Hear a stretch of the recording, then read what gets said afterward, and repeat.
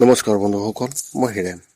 আজি মই আপোনালোকক এই ভিডিঅ'টোৰ জৰিয়তে এই 2024 বৰ্ষত মহাশিৱৰাত্ৰি, যি এই মাৰ্চ মাহৰ 8 তাৰিখ অৰ্থাৎ শুক্ৰবাৰে এই মহাশিৱৰাত্ৰিৰ যি উৎসৱ, ইয়াক উদযাপন কৰিবলৈ গৈ আছে। মাজত মাথো কিছু সময়ৰ বাকী। মহাশিৱৰাত্ৰিৰ এই মহাপৰ্ব হিচাপে উদযাপন কৰা হয়। এই উৎসৱটো ভগৱান ভোলেনাথক উৎসৰ্গিত। এই শিৱৰাত্ৰিৰ এই দিনটো শিৱ আৰু শক্তিৰ বিবাহৰ বিশেষ দিন বুলি উদযাপন কৰা হয়। ফাগুন মাহৰ কৃষ্ণপক্ষত ত্ৰয়োদশী মহাশিৱৰাত্ৰি উদযাপন কৰা হয়। এইবাৰ এই উৎসৱ মাৰ্চ মাহৰ 8 তাৰিখ শুক্ৰবাৰে উদযাপন কৰা হ'ব। মহাশিৱৰাত্ৰি হৈছে এক হিন্দু উৎসৱ, যিয়ে ভগৱান শিৱক সন্মান কৰে। ইয়াক শিৱৰাত্ৰি বুলিও বিশেষভাৱে কোৱা হয় আৰু বেছিভাগ ভাৰতীয় ৰাজ্যত উদযাপন কৰা হয়। প্ৰতি বছৰে উৎসৱটো ফাগুন মাহৰ নতুন চন্দ্ৰৰ চতুৰ্দশ কৃষ্ণপক্ষৰ চতুৰ্দশীত পৰে, যি ইংৰাজী কেলেণ্ডাৰ অনুসৰি মাৰ্চ আৰু ফেব্ৰুৱাৰী মাহত ইয়াৰ বিশেষ খাপ খায়। ভক্তসকলে দিন ৰাতি উপাসনা কৰি ভগৱান শিৱক যথাযথভাৱে উপাসনা কৰে।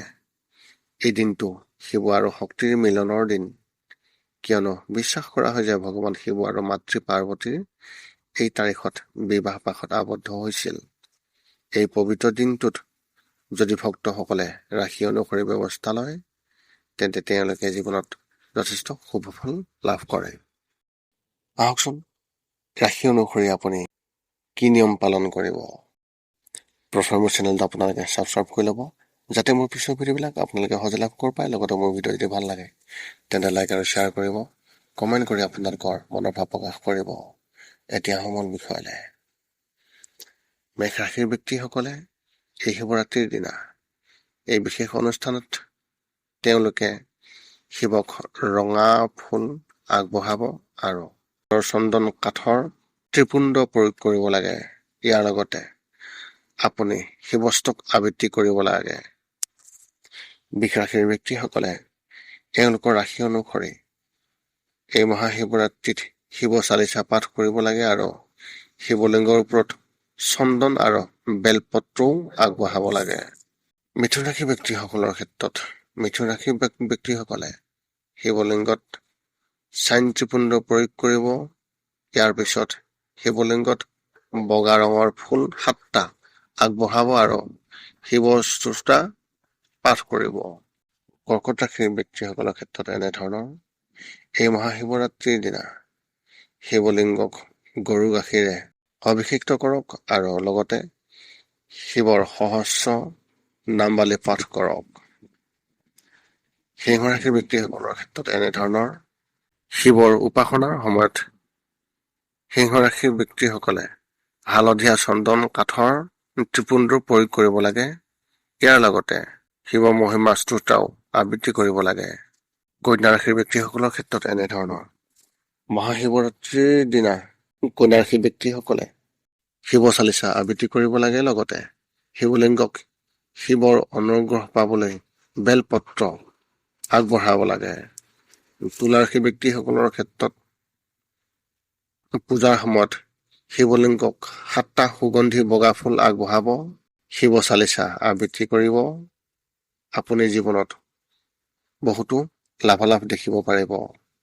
বৃশ্চিক ৰাশিৰ ব্যক্তিসকলৰ ক্ষেত্ৰত এনেধৰণৰ। বৃশ্চিক ৰাশিৰ ব্যক্তিসকলে শিৱলিংগৰ ওপৰত ৰঙা চন্দনৰ কাঠৰ এটা ত্ৰিপুণ্ড ৰাখিলে বেছি ভাল হয়। শিৱক 7টা ৰঙা ফুল আগবঢ়াব। লগতে যিমান সম্ভৱ ওম নাগেশ্বৰায় নমঃ এই মন্ত্ৰটো জপ কৰিব। ধনুৰাশিৰ ব্যক্তিসকলৰ ক্ষেত্ৰত এনেধৰণৰ। ধনুৰাশিৰ ব্যক্তিসকলে উপাসনাৰ সময়ত শিৱলিংগক হালধীয়া ফুল আগবঢ়াব। মহামৃত্যুঞ্জয় মন্ত্ৰ আবৃত্তি কৰিব পাৰিলে অতি ভাল হয়। আপুনি এই প্ৰতিকাৰৰ দ্বাৰা শিৱৰ বিশেষ অনুগ্ৰহ লাভ কৰিব পাৰিব। মকৰ ৰাশিৰ ব্যক্তিসকলৰ ক্ষেত্ৰত এনেধৰণৰ। এই মহাশিৱৰাত্ৰিৰ দিনা শিৱৰ অনুগ্ৰহ পাবলৈ যিমান সম্ভৱ নিয়ম অনুসৰি শিৱলিংগৰ উপাসনা কৰক। কুম্ভ ৰাশিৰ ব্যক্তিসকলৰ ক্ষেত্ৰত এনেধৰণৰ। এই মহাশিৱৰাত্ৰিৰ দিনা কুম্ভ ৰাশিৰ ব্যক্তিসকলে শিৱলিংগত ভস্মৰ ত্ৰিপুণ্ড প্ৰয়োগ কৰিব লাগে আৰু অপৰাজিতা ফুল আগবঢ়াব লাগে। ইয়াৰ লগতে আপুনি মহামৃত্যুঞ্জয় কৱচৰ পাঠ কৰিব পাৰে। সদৌ মীন ৰাশিৰ ব্যক্তিসকলৰ ক্ষেত্ৰত এনেধৰণৰ এই শিৱৰাত্ৰিৰ দিনা এই মীন ৰাশিৰ ব্যক্তিসকলে ভগৱান শিৱৰ ওপৰত ধ্যান কৰা উচিত। ইয়াৰ লগতে ওম অনন্ত ধৰ এই মন্ত্ৰ জপ কৰিব লাগে। পুনৰ লগ পাম অন্য এটা ভিডিঅ'ত। আজিলৈ ধন্যবাদ।